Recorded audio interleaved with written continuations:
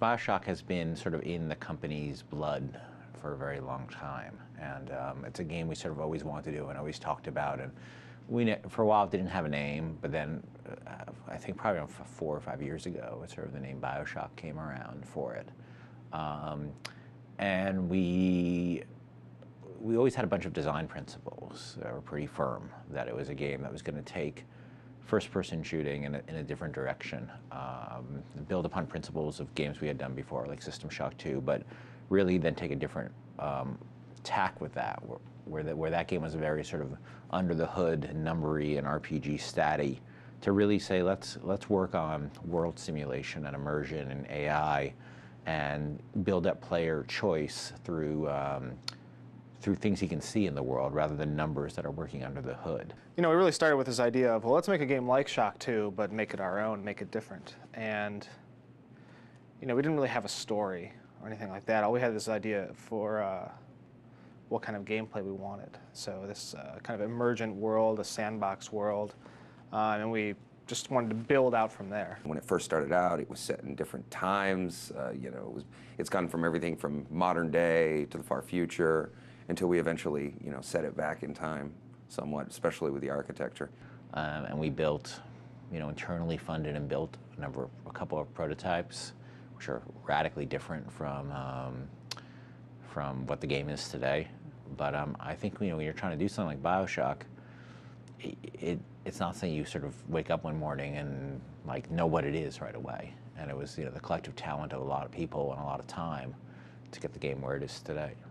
We did a demo early on, probably 2003, that I wish we could find it. It was on Xbox One, and it was, you know, it was still underwater, but it looked a lot like a space station, and everything was really clean and Star Trek-y, and the monsters were of like the Scooby-Doo variety. It was all over the place as far as aesthetics. The story evolved a lot over time. Like originally, you know, once we had this notion of that there was a genetic engineering experimentation going on in the world, we started thinking, what would that do? We started thinking, what would that do to this culture? And originally, we had this notion that the city was run by a series of what we called savants. We started out with this concept of savants that were like these genetically engineered characters that went so far they became sort of like brains in a jar kind of thing, and you were originally going to defeat a different savant on every level as you progress through the game, and it just, there were too many characters, they didn't make any sense, and it got really out of control, so we sort of pulled back from some of those ideas. Plus interacting with a guy in a jar isn't Yeah, really it was like, how are you going to have a boss fight with a guy in a jar? It was just a stupid idea, ultimately. You know, we had this 212-page design document laying out how every single thing in the game would work, from the controller mapping down to, you know, all the scripting components for the designers. And I mean, the programming team did an amazing job, and we got all of that stuff done. But it just wasn't helping us create the experience we wanted to make. So we all had to step back from that and say, well, you know, what went wrong? And so that was a low point. But it was very good in a way, in that it made us realize that I think we were designing in our heads and then just throwing it over the fence. And you know, the programmers were working on this huge backlog of tasks they had to do, and slowly feeding that to the designers. But by the time the designers got the technology they requested, they'd forgotten they even wanted it. I mean, it was that kind of process where it was like, you know, a slow-moving pipeline. And we changed our process to be more of an iterative one, where programmers were working very closely with designers and saying, well, what are we trying to do right now? What's this experience we're trying to make? How do we do that? What is the, you know, minimal set of tech we need to make that happen? And, you know, let's get it done and try it really quick. And so we took that low point and kind of turned it into, I think it became kind of a turning point for the project. So that was very good.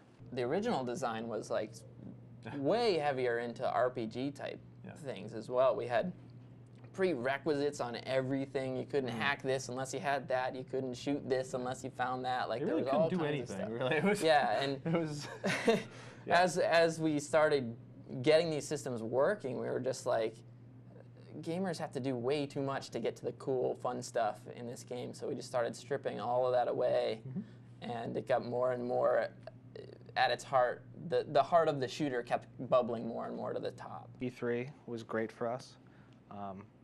That was, I think, the first point where the team I mean, one of the great things about working on games is that you work together as a team, and you go through these like crunches where you're all driving towards this huge deadline. And contrasting that with the original Vision demo that we did, E3 was an experience where like we got done and we said, yeah, like this really is showing us that we can make our vision a reality. So that was a huge motivating force for the team. Everybody's really excited, and of course, like we didn't expect to get all the great press that we got. So that was really gratifying and rewarding.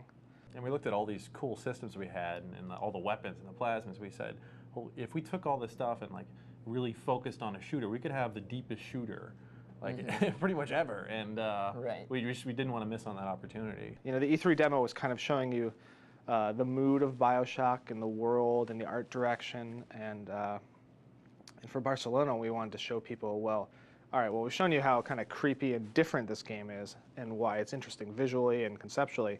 Now let's show you why it's going to be an amazing shooter. And that was great.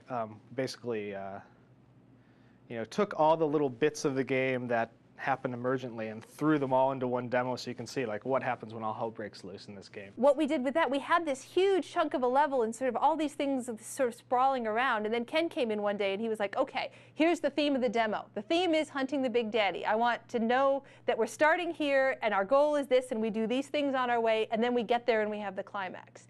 And it's the combination of him having that vision and us knowing how much we have to throw at it that makes a presentation for the fans. It says like, look, we're just telling you a little story. This is how to understand our game.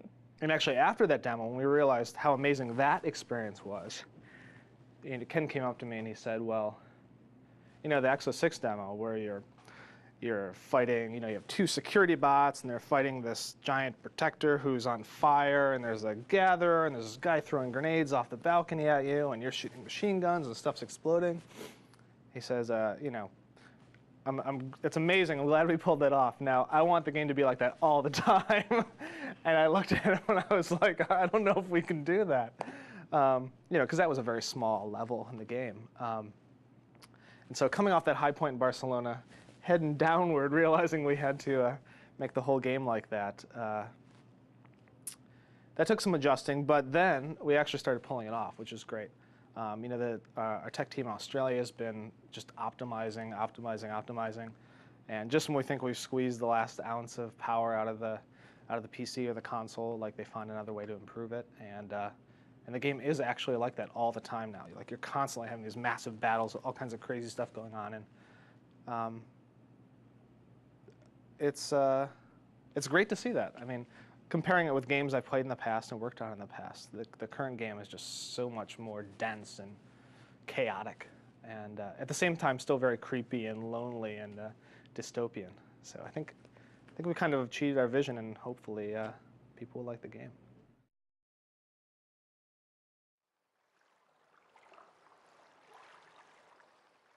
The game stories I do tend to evolve out of the game I'm working on. You know, sometimes they're very natural. Like when we made Freedom Force, I wanted to make a, you know, I wanted to make a real sort of on-the-nose comic book story. And System Shock 2, we had, you know, we had something to start with. We had the System Shock world to start with. You know, in Tribes, we worked out of that universe. But here it was like we really sort of were starting something that had no real precedent. And so I was sort of like waited for the game to tell me what the story should be. And there was a lot of things that evolved over the course of the game that sort of pointed in that direction. Like, you know, we knew we wanted the game to be in a place that was remote from the world, but complete. Because whenever I play games that take place in an actual place, like, you know, you have a game that takes place in Seattle or New York, and you go up to you know, there's a Jersey barrier there you can't jump over, or you go up to a guy who's like working in a store and you can only say one or two things to him. And that always frustrates me because I'd rather simulate something completely and give the player never press on that suspension of disbelief where the player's like, wait, why can't I do that? I'd rather make a world where the player can do everything they can expect to do. And I think the team wants to do that. And so we had to sort of come up with a place that was natural, that where you could do everything you wanted to do, but also you're never saying, why can't I just get in a car and drive off? Or why can't I talk to that guy? Or why can't I talk to this guy?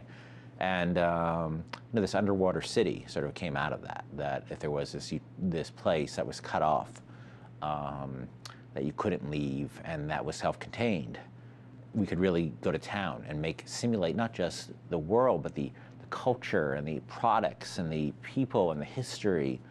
And I didn't want to do like a strange science fiction world, because that's always going to be hard to relate to. So we made a place that was sort of like its own little alternate history.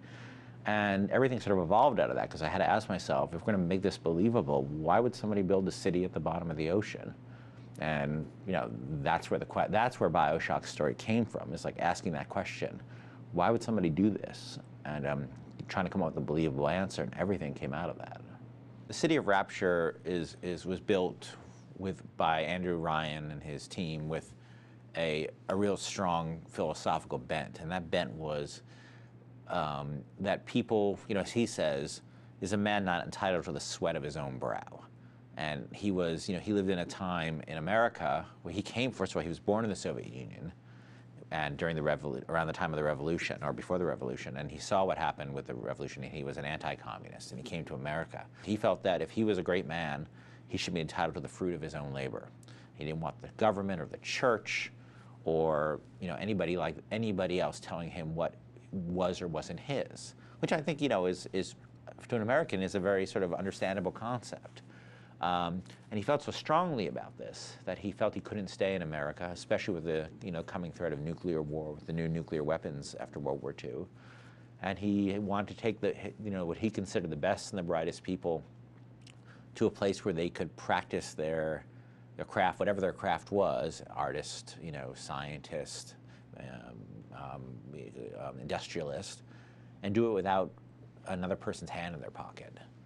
And that's why he created Rapture. In BioShock, the Civil War happens because of very natural things: greed, you know, sex, jealousy, power, you know, all the things that screw up everything in reality, and also the things that drive us all are the very things that cause the Civil War in Rapture. The great thing I think about BioShock, from where I'm sitting as a writer, is that nobody's perfect. Like, there are no paragons. There is no, you know, Gandalf. There is no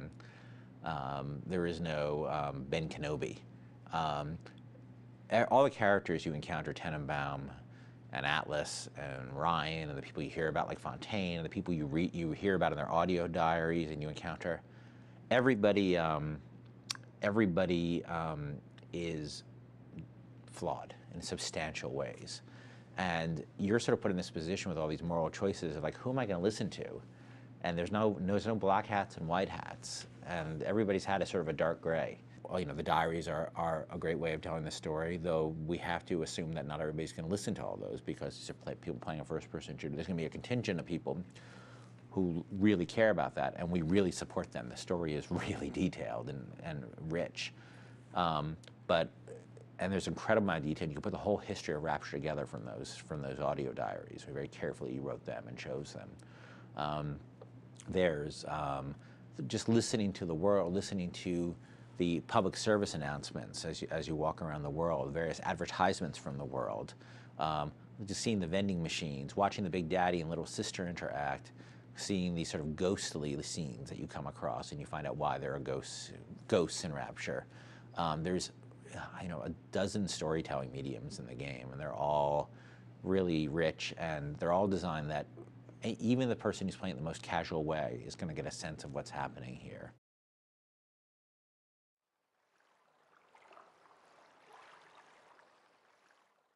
It's a challenge. I mean, it's always a challenge, and this is a challenge that's gone on as long as there's been video games, and certainly it's been highlighted since the age of 3D video games, because you have artists trying to achieve what they're trying to achieve, and designers, you know, trying to achieve a game space and a play space. I mean, in the best situations, you find that they complement each other, that a space that's good for tactical combat tends to look good for art, because it means there's pillars and architectural features and light in different places.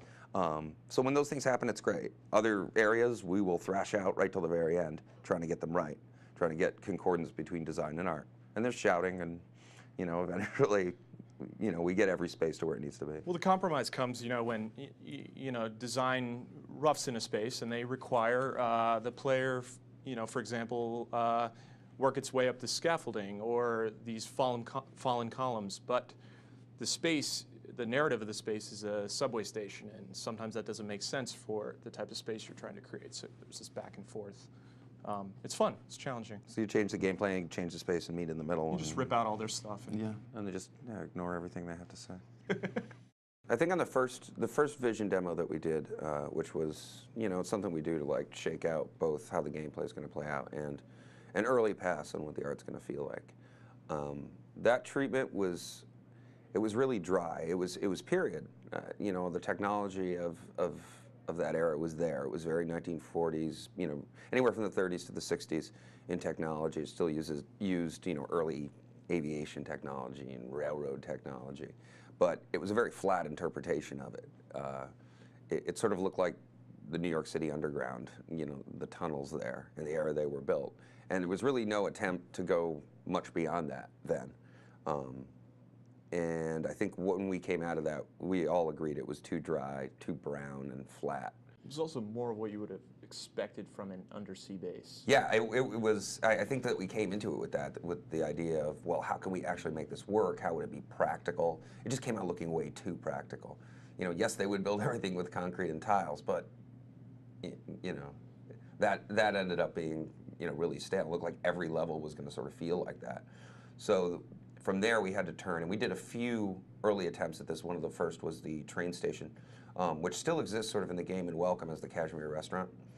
And that was the first time we started using things like carpeting, parquet floors, like decorative pillars instead of practical, poured concrete.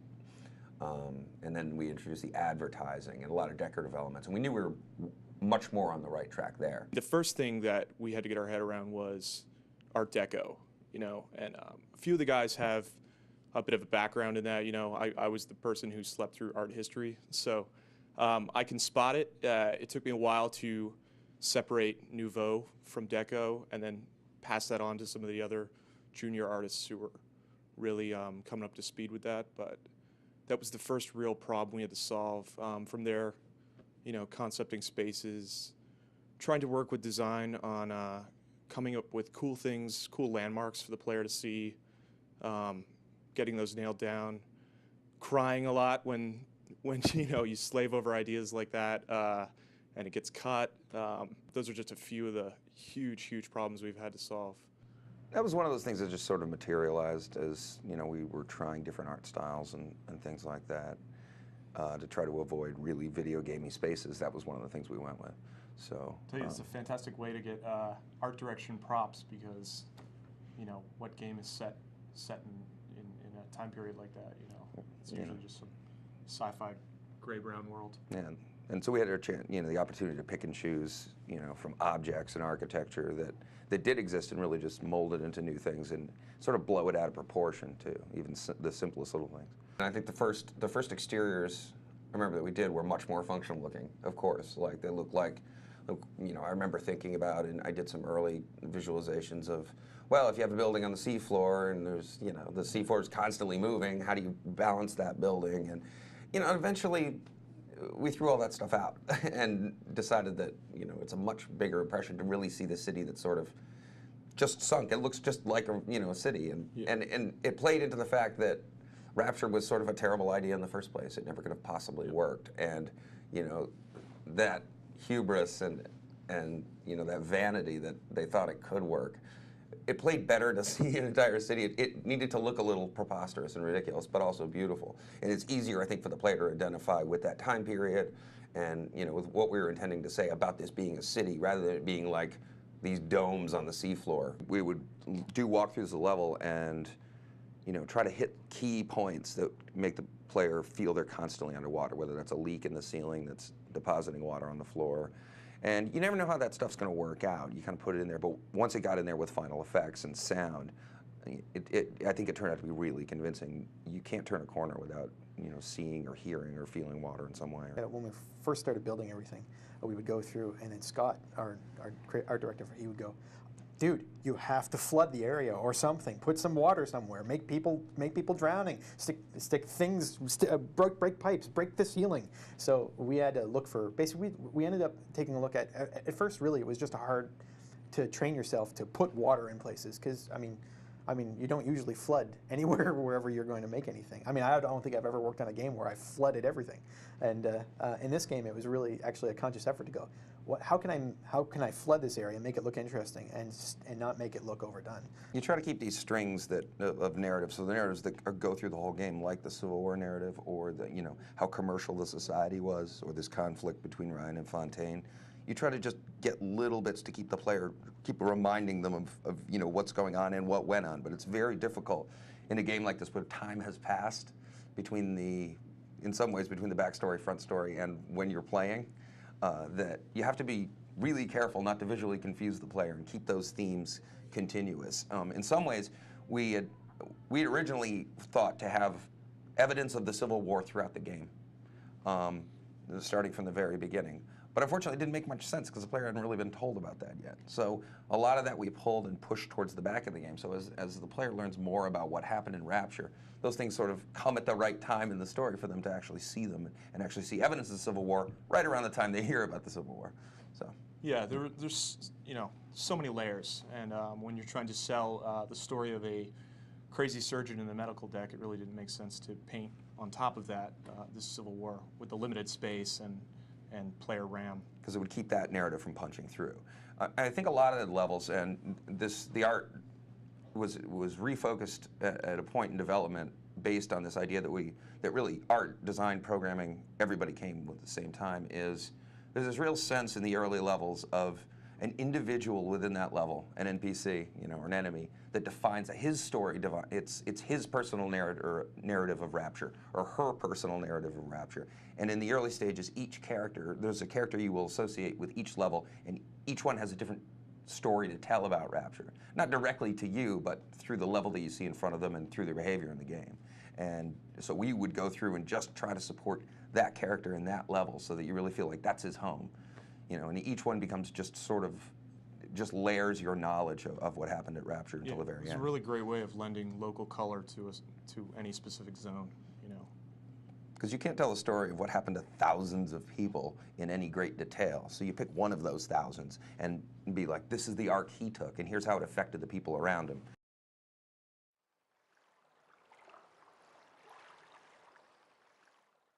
Of the characters in the game, the Protector is probably the one that has changed the least. That concept of guys in diving suits being these big, tough Protector type guys has pretty much stayed with us the whole time. He was the one thing that stayed, that was persistent through the whole development process. Once we really started and sat down and started doing concepts, he was what he would look like entirely changed over a period of a few months. The very first drawing I did was a guy in a dive suit, and we knew we wanted those guys in. But the actual details of what that would be for the Big Daddies did change, but we always knew we wanted a guy in a dive suit. We originally had 4 Protectors, and we had to, we made one cut, and then we made another cut, and we're down to 2. And we had put in a lot of work to one of the Protectors that, in the end, we realized that if we wanted to have the polish time for the 2 main Protectors, that we would have to cut this one that we called the Slow Pro. The Slow Pro, it's the heavy artillery. Yeah, he's basically the tank. The Slow Pro was his full name. Again, we have the dumbest names, I apologize, but Slow Pro is Slow Protector effed up melee. Nice. It's for the kids, If Nate was in here right now, he'd be crying. It's his favorite concept. One of them got cut, which I'm not happy about. Yeah, he was cool. That was maybe my favorite one.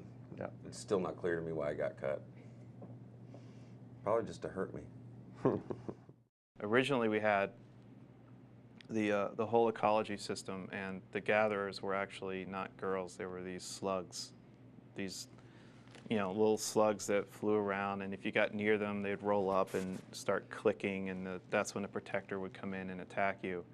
And we had the full animation for those guys were working fine, and you step back and it's like we want to build this relationship between the Protectors and the gatherers, and nobody cares about a slug. It wasn't really much of a choice to whether or not you wanted to harvest them or not. It was just like, that's an ugly sea slug. I want to kill that little. Yeah. It was like you just wanted to stomp on them. Yeah. They were really nasty, and they just looked like things you squished.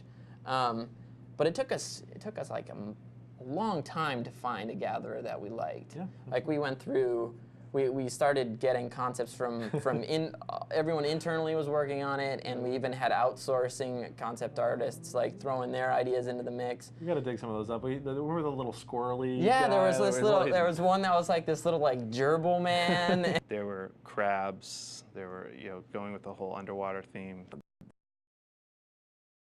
That I didn't last. I'll admit my idea was a dog whose legs could move, but its back legs back in a chair, go around eating stuff. Yeah. It was like this little hunchback Oompa type of guy, and eventually we started seeing that the more humanoid we got, the better it felt. Ultimately, it came down to just you don't have sympathy for any of those characters, or you don't interact with them. And then Rob Waters, our in-house guy who worked on all of our stuff in recent years, drew this incredibly creepy-looking little girl, and that was like, this is the way we've got to go. It's incredibly creepy, and it can be expressive. And one of the big problems with this slug at the time was no face, he had no eyes, like you had no idea what this thing's trying to you as a gamer. No, way it's these little girls. I think it was just exciting because you're crossing a line there. I don't think people expect, and having Ken come up with ideas like that, and these challenging ideas you have to illustrate and sell to an audience, and make it edgy without going over the line. I think that was just rewarding, challenging. Hopefully, we've done a good job with that. Specifically, the splicer characters changed a lot over time, and they came from a lot of different places. It was before, I think, the story had really gelled, and before the architecture had gelled. And interestingly enough, those have a lot of effect on what the characters are going to look like, because they really have to sit down in that world and live in that world. And we talked before how we changed the aesthetic of the facility from much more industrial, practical sort of place to a much more residential place. And I think that when we saw that happening in the architecture, then we realized we had to go back and look at these splicers again. And they had to be as sort of domestic looking as that world. So they, some of the original passes, you'll see monsters that, are very monstrous. And that was one angle that we were thinking about, that there are genetic distortions and how maybe they even specifically mutated themselves to be able to use certain weapons better, or like things like arms would go away because they didn't need that arm. They had such a specific duty that they'd created for themselves. And then again, as we moved away from that, we basically went back to square one, and then Rob took over, and we came up with pretty much the splicers you see now. A lot of the distortions in the faces came from. Actually, Ken had found this thing online, and it was called Project Facade, which was, it's terrifying. It basically was some of the early attempts at sort of plastic and reconstructive surgery to treat soldiers at the end of World War I who suffered horrible injuries to their face, and it was these sort of creative solutions to reconstruct their faces. And of course, the medicine wasn't really there, so sometimes the product was as terrifying as where they started out, but those were kind of a disturbing inspiration for some of the faces some of the ways that you see the splicers' faces are distorted, came from looking at those pictures. Yeah. Cringing at those pictures. Yeah. The other reference was looking at old mugshots from the 1940s. For whatever reason, just times were harder or whatever, and you could just really see it in their faces, and just some of those portraits were just sort of inspiration for, a really sort of different looking character. And hairstyles, Yeah. some really bizarre hairstyles. Yeah. For criminals then.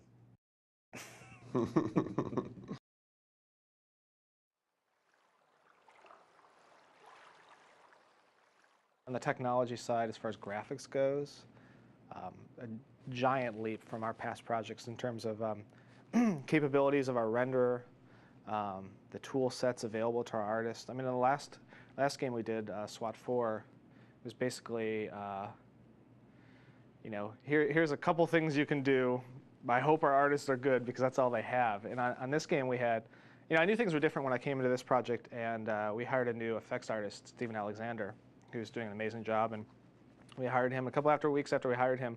I found him writing his own, you know, vertex and pixel shaders, and I thought, you know, wow, this is a big change from what we had before, where artists were just sort of painting textures, and now they're actually working very, very technically, working in, you know, high dynamic range lighting, and really, you know, we have now technical artists who are pushing the programming team and driving the tool set.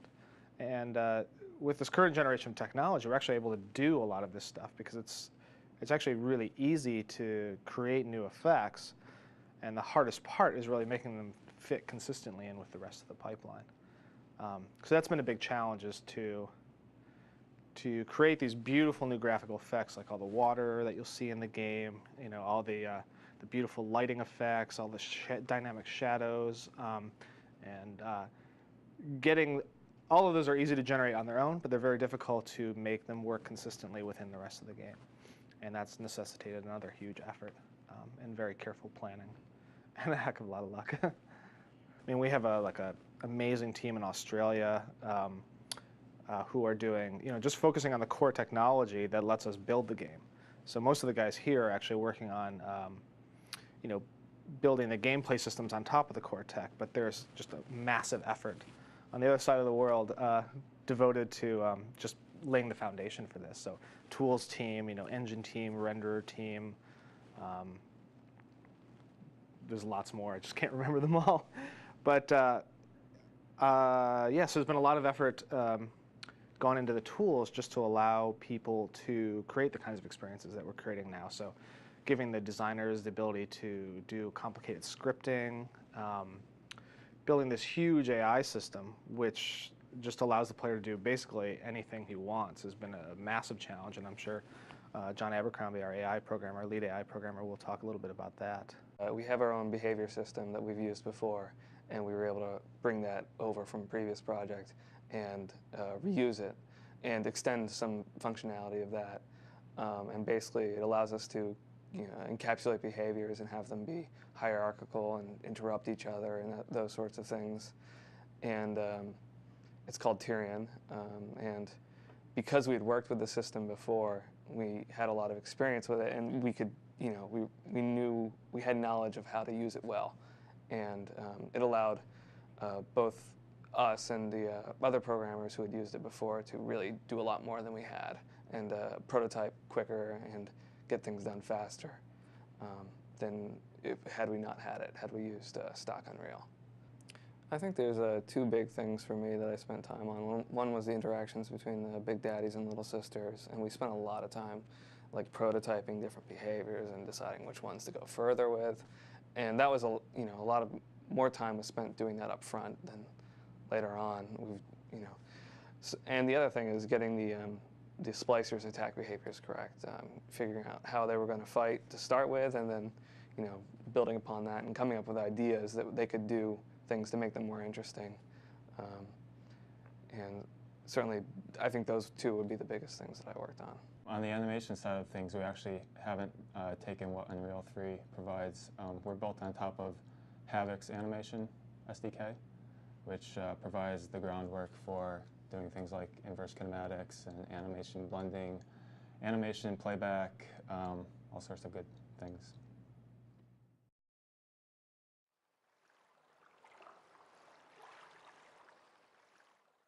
Even though we do rely on music a bit in our game to kind of convey the mood, it was like a challenge for us to kind of inject that emotion into just kind of literal sound effects, like wind sounds and what are some other scary sounds that we had to make scary that would just be otherwise, like machine sounds, for example. All machines, it was important that they sounded broken and old and kind of random. Everything had to have this kind of filter of scariness and darkness and kind of degradation put over it. So nothing should ever sound like squeaky clean. Nothing should ever sound like it's in perfect working order. Nothing should ever sound like too happy. There had to be an element of kind of some kind of twisted brokenness to it. A lot of the machine VO, for example, like we had to like pitch shift it so it was going like really fast and then like really slow, and then we'd like break it up into like lots of different little sections. So yeah, so it just kind of sounded broken and weird, and would kind of creep people out. Like not everything's normal. We would sample the composer Gary Scheinman sort of frequently, and just take sort of sections of string sounds and set them maybe like a semitone apart to just like create tension in the players. Are walking around the world, they might just hear a sting that might just sort of invoke some sort of emotion out of them. So everything from literal sound effects to machines to getting creative with music just creates this really frightening atmosphere. Actually, like a lot of our inspiration kind of came from System Shock 2, which is just like, System Shock 2 had that really cool thing of the ambience was just so ominous and pressing all the time. It was like relentless. It was like this like psychological button that you'd just be like, okay, I'm afraid now. And there's no music or anything, just be this like unrelenting drone, you know? And so we definitely tried to like replicate that again in BioShock, and just kind of like you walk into a space and there's just like this really lonely hum there, and it's just like, ooh, you know, and it just freaks people out. It's great. Yep. All the sounds in Rapture feel like they're from the period where the fiction takes place. We had to like lay off the synth stuff. Yep. Like, you know, that was like one thing about BioShock that like as a sound designer we did not have the luxury of, and that is kind of like in a lot of like sci-fi games you have these like really synth heavy kind of soundscapes and alien sounds and, you know, weird kind of doors opening, and they're all like, it's all very kind of like synthetic driven sounds, you know, but like our whole sound palette was based off real recordings of very like old antique machines a lot of the time. In fact, I think like the ambience in Science, like Science is our most kind of techie deck, I guess you would say. It was like all those computers around, and we actually like sampled an old MS-20, like an old analog 1970s synthesizer to kind of like get that really kind of like authentic old computer kind of sound. It worked out pretty well. Our soundtrack is incredible, and it was composed by a guy called Gary Scheinman, and he was just like really into kind of the music direction for BioShock was this early 20th century like avant-garde kind of experimental orchestral stuff, which is a tough direction to nail. And I knew like Gary Scheinman was the guy for it, because anytime like he would like send me his own personal listening collection, the stuff he'd send me would just be this like, you know, completely weird avant-garde orchestral stuff. So I was like, he was the guy for the job. So our score for BioShock is like, I don't know, I consider myself a fairly comprehensive gamer, and I've never like heard anything like it. So yeah, and also we had like a live orchestra. Like a lot of the guys from the LA Philharmonic are kind of playing. You can hear them playing in the background. We have like a really, really amazing like virtuoso violinist who plays all our main parts, which is incredible. Because we really wanted to get, and actually like when we recorded the orchestral stuff, we really wanted to get like the sound of, you know, humans, like turning pages, you know, like moving their fingers on the violin strings. Like it was very important that this didn't sound like a modern Hollywood score at all. It was very important that it sounded more like a very old recording of, you know, of humans playing music. And that was definitely the direction for BioShock. Like even mistakes got like left in, whereas otherwise, like, you know, in like scores, you know, in other scores for games that are kind of like are big budget, you know, they have that very spiffy kind of feel to them. But yeah, we definitely wanted everything to just be completely human. The process of voice recording was something that started out, I think we underestimated the scope of the amount of voice recording we have to do for the game. Because I've done a lot of games before, and somehow BioShock just got huge in this regard. And the amount of time writing, the amount of time recording, the amount of time casting and recasting was giant. It ended up being a huge project, and we had recorded in LA, recorded in Boston, and we recorded in New York. And so it was kind of recorded all over the place, and I don't know, it was probably 40 or 50 different sessions. Like, it was just huge. It's not all right, Marine, let's do this and that, the sort of standard things you see in video games. There was really such a broad range of characters, and making sure that they were not too either too sort of not projecting their personalities enough or cartoonish, and finding that space between those two things was really challenging in a game like BioShock, because it has to be believable. That's the whole thing about this world. It's like this fantastical world where people have to believe in it. And you have guys like Sandra Cohen who are, they're out there, but you have to believe this guy could actually exist. And you have guys like Steinman, you have to believe it exists, these crazy people. And then, Ryan and Atlas and Tenenbaum, the Little Sisters, those are all really tough characters to get, because they're really big personalities, and all you have is their voice. It's like radio. You don't have the actor's face. And if we had these actors' faces, it would have been so much easier, because they're all very capable actors. You don't have makeup. And you have these guys. At the end of the day, in the game, are sort of these these sort of animated puppets, and making those guys be space marines or aliens is usually easy. That's believable. But making them sort of emote and when you see Sandra Cohen, that you believe it's the guy who's been talking to you, that's tough, and to line all those things up.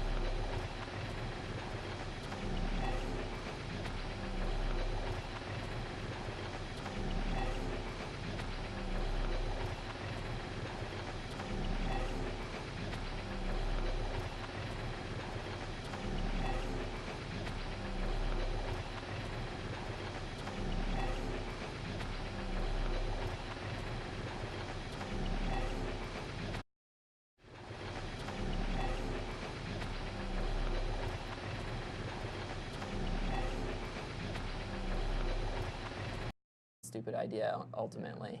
You know, we had this 212-page design document laying out how every single thing in the game would work, from the controller mapping down to, you know, all the scripting components for the designers. And I mean, the programming team did an amazing job, and we got all of that stuff done. But it just wasn't helping us create the experience we wanted to make. So we all had to come step back from that and say, well, you know, what went wrong? And so that was a low point. But it was very good in a way, in that it made us realize that I think we were designing in our heads and then just throwing it over the fence. And you know, the programmers were working on this huge backlog of tasks they had to do and slowly feeding that to the designers. But by the time the designers got the technology they requested, they'd forgotten they even wanted it. I mean, it was that kind of process where it was like, you know, a slow-moving pipeline. And we changed our process to be more of an iterative one, where programmers were working very closely with designers and saying, well, what are we trying to do right now? What's this experience we're trying to make? How do we...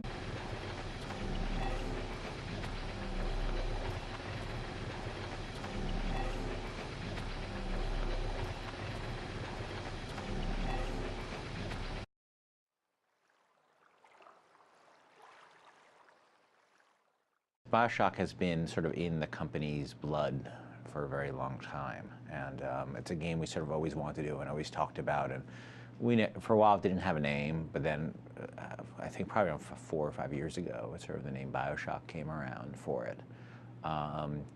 And we always had a bunch of design principles that were pretty firm, that it was a game that was going to take first-person shooting in a different direction, build upon principles of games we had done before, like System Shock 2, but really then take a different tack with that, where that game was very sort of under the hood, numbery and RPG statty, to really say, let's work on world simulation and immersion and AI, and build up player choice through. Do that. What is the minimal set of tech we need to make that happen? And let's get it done and try it really quick. And so we took that low point and kind of turned it into, I think it became kind of a turning point for the project. So that was very good. The original design was like way heavier into RPG type things as well. We had prerequisites on everything. You couldn't hack this unless you had that. You couldn't shoot this unless you found that. Like, really there was all couldn't do kinds of anything. stuff. Really, it was, yeah, and it was. as we started getting these systems working, we were just like, gamers have to do way too much to get to the cool, fun stuff in this game. So we just started stripping all of that away, and it got more and more at its heart. The heart of the shooter kept bubbling more and more to the top. E3 was great for us. That was, I think, the first point where the team, I mean, one of the great things about working on games is that you work together as a team, and you go through these like crunches where you're all driving towards this huge deadline, and contrasting that through things he can see in the world rather than numbers that are working under the hood. We really started with this idea of, well, let's make a game like Shock 2, but make it our own, make it different. And we didn't really have a story or anything like that. All we had this idea for what kind of gameplay we wanted. So this kind of emergent world, a sandbox world, and we just wanted to build out from there. When it first started out, it was set in different times. It's gone from everything from modern day to the far future, until we eventually, set it back in time somewhat, especially with the architecture. And we built, internally funded and built a couple of prototypes, which are radically different from what the game is today. But I think when you're trying to do something like BioShock, it's not something you sort of wake up one morning and like know what it is right away. And it was the collective talent of a lot of people and a lot of time to get the game where it is today.